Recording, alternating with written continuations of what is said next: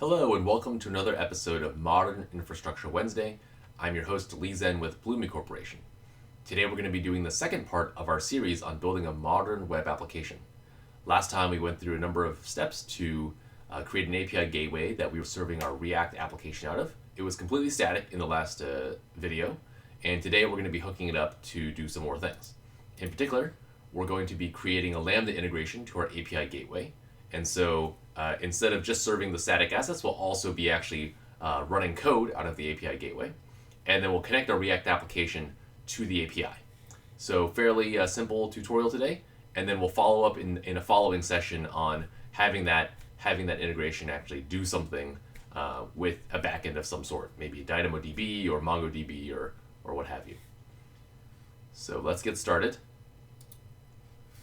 And one of the cool things I actually wanted to show before I really get going in the code is I'm really excited because today we launched the 2.0 version of Pulumi. So actually, if you are using Homebrew, for example, you can just install it or go to the website and get the new version of Pulumi.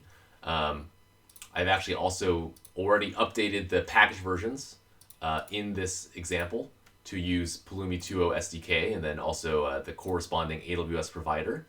And then also AWS X. So all the various libraries with Pulumi have been updated to 2.0. Really excited about that. A lot of cool features that were shipped as part of 2.0. I won't go into the details here. Definitely go to the website, pulumi.com, and check out all the new things that are really super powering Pulumi 2.0. So let's jump into the code and just really quickly review what we did last time. So last time, as I mentioned at the beginning of the video, we created an API, and we basically served our static assets out of app build on the slash path. And actually, one of the cool things that I really like about the way you can do things with Pulumi is you can define infrastructure. You can see we defined the infrastructure in this particular file, but we actually also in the same project, effectively, the same repo, we have our actual React app sitting right next to it, and we can refer to it with this local path here. So this will actually, when we run the build for React, that'll stick the production build into this directory, and then this gets shipped up as part of everything else. And then we also in the last video created a certificate in US East 1, validated the certificate with ACM, the certificate manager, and then we created a custom domain for the API gateway and mapped it to the API, and then created a Route 53 record to point web app .pulumi.tv at that API, and so the result was this website that we created, and we also made a change to the website that we were then able to upload. So today, let's actually add a very simple API to our program, and so it's actually as simple as creating a new route, and we'll give it a path. Let's call it API for now, and we'll maybe think of something else to do later, but for now, let's just do that. And we'll just have a get method on it. And then we want an event handler. And this just takes a callback function.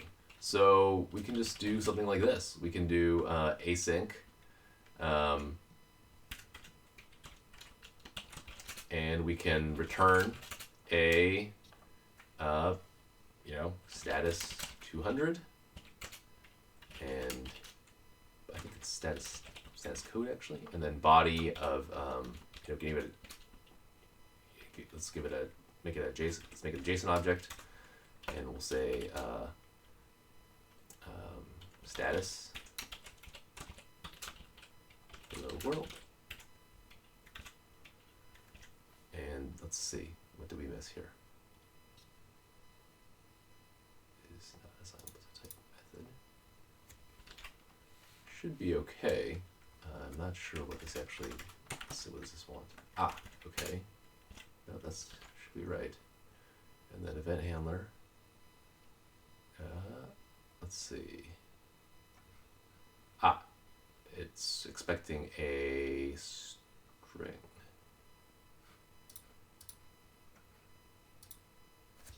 So we should be able to do.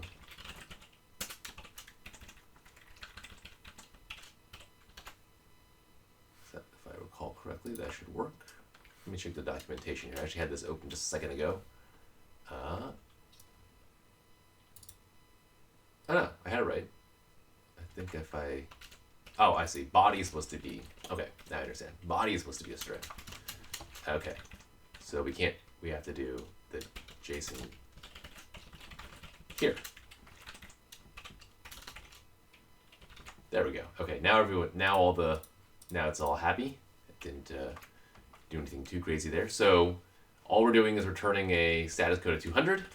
And let's see, status code. And then the body is really just this JSON object with status hello world. So let's first actually deploy this and make sure that works.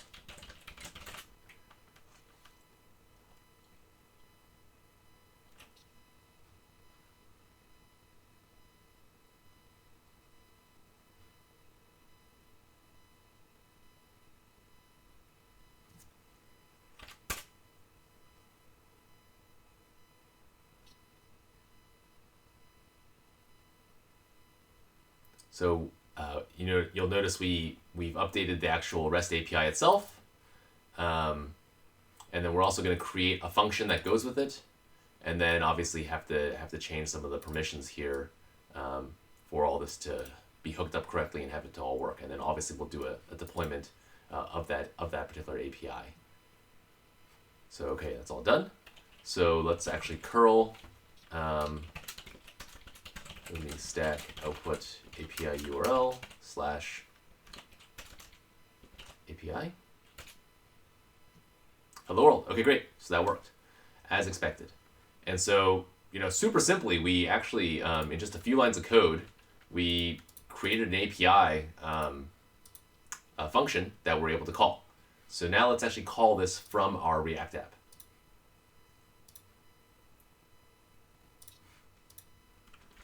So let's actually run the server locally.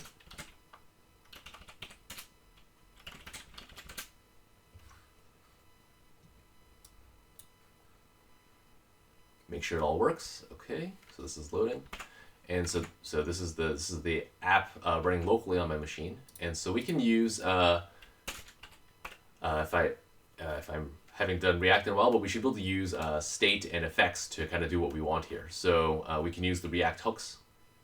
And let me actually just look up the documentation for that. React hooks. And okay, so we need to import use state.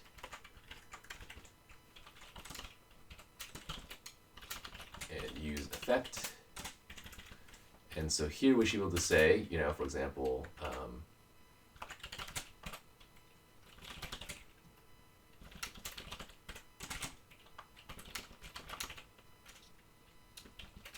so we'll have an empty status initially, and then we can also define the effect. So let's look at this. So we can actually do something like this.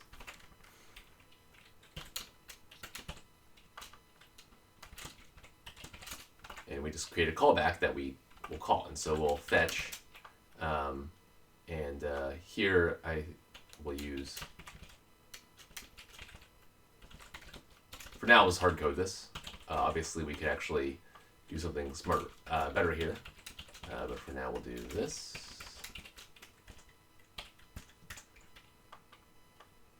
Let's call this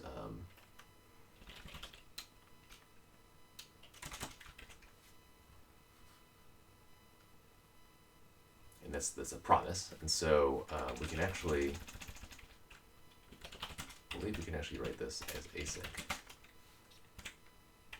Oops.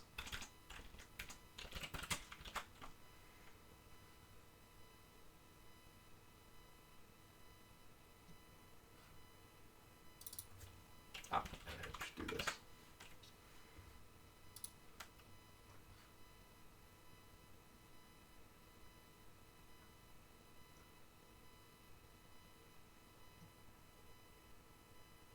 Okay. It's clearly I have not used. I'm glad it's giving me all these warnings. So actually, let's do this.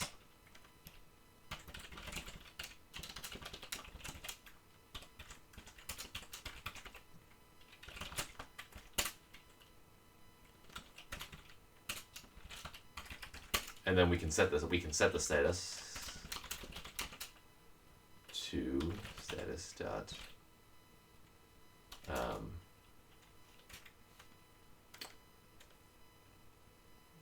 JSON.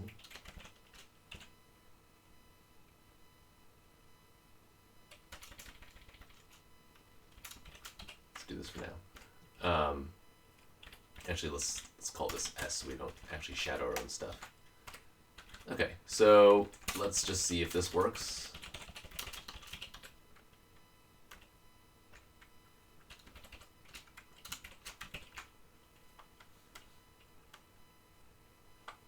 Let's see.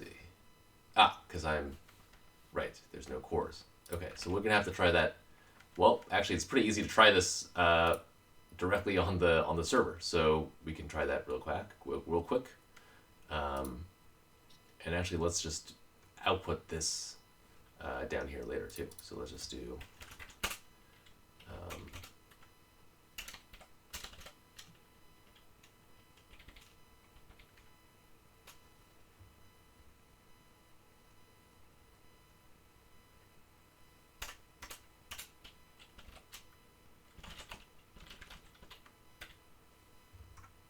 Wait, I'm in a function, so I can't do that. So let's do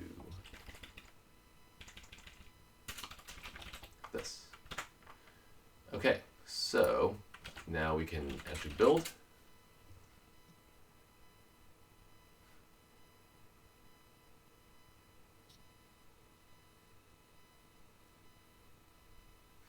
And we can actually go back and up. And just like last time when we made a change, this just updates those various S3 bucket objects to represent the new production deployment of our React app.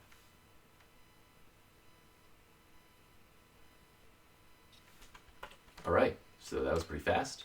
So now if we go back to our production app, we can refresh here. Oops. Oh, minified React error. All right, so we clearly did something wrong with the way we built the app. Let's see what's going on here.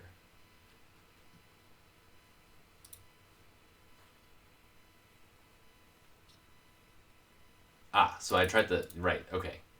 So this is not okay. Let's get rid of this for now.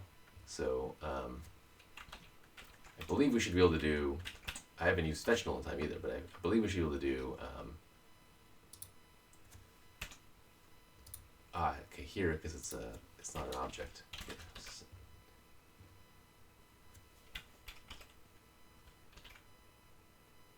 Let's make it null, actually. And then here we can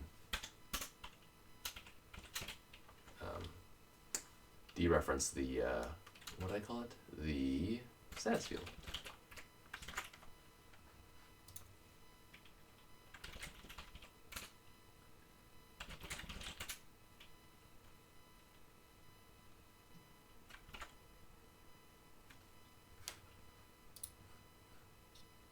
You can actually see it made the API call and got back the object we expected. So that all worked, except for the fact that I tried to display an object as opposed to the actual text value, which you can't stick objects into values like this in React.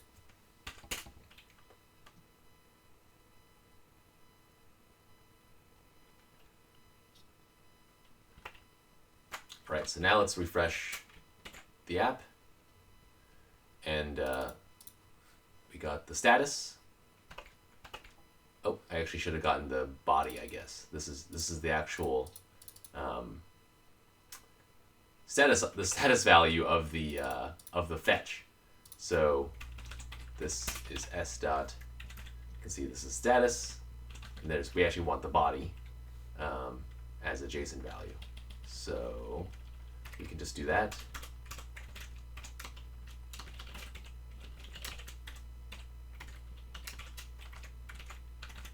And then we'll change this to, it's still called status, so it's still the correct thing.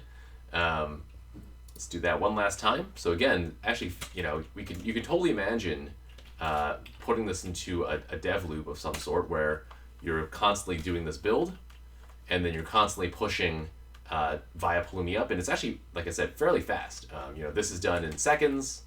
We come back here, we do Pulumi up. This is also done in seconds. So you really don't have to worry ever about like what it is to develop on your local desktop. You can totally imagine like all the manual steps I'm doing right here in terms of like hitting yes. I can skip the preview. All the manual steps, like ripping all that out, that would take that into seconds. Oops, did I mess something up? And really like the dev loop becomes way tight. Okay, so this is actually still a promise? Interesting. Okay, I didn't realize that. I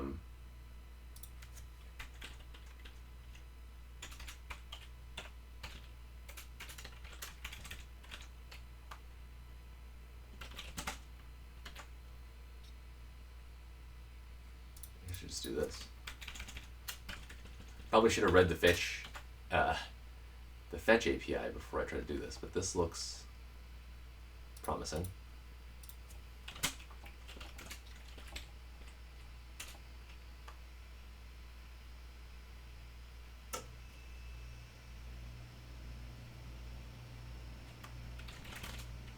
So let's actually do that. We can do yes, skip, preview. And so this will skip the preview, and this will also just say yes. So like I said, you can totally imagine skipping all those manual steps, and then now we just refresh this, and boom. And we're constantly calling API because of the way you did use effect. We actually want to give this a empty dependency list. So that way we don't constantly change the status. So let's do that one more time. Make sure we don't end up constantly calling API.